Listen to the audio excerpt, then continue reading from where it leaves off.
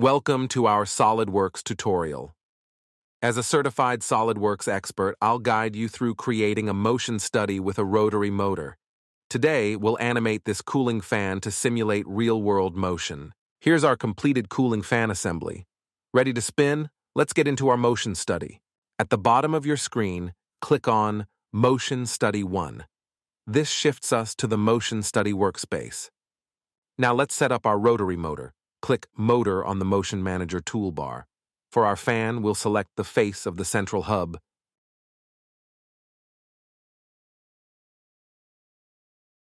In the motor's properties, select Constant Speed and enter 100 RPM. This rate is typical for a cooling fan like ours.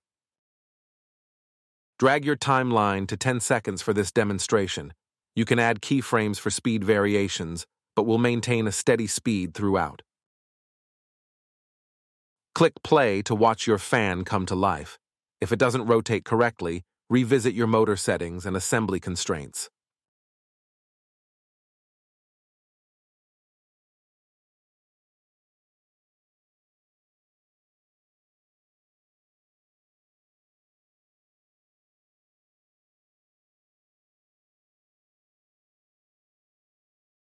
Happy with the spin?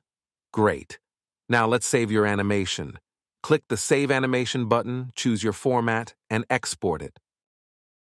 And just like that, you've created a rotary motion study in SolidWorks.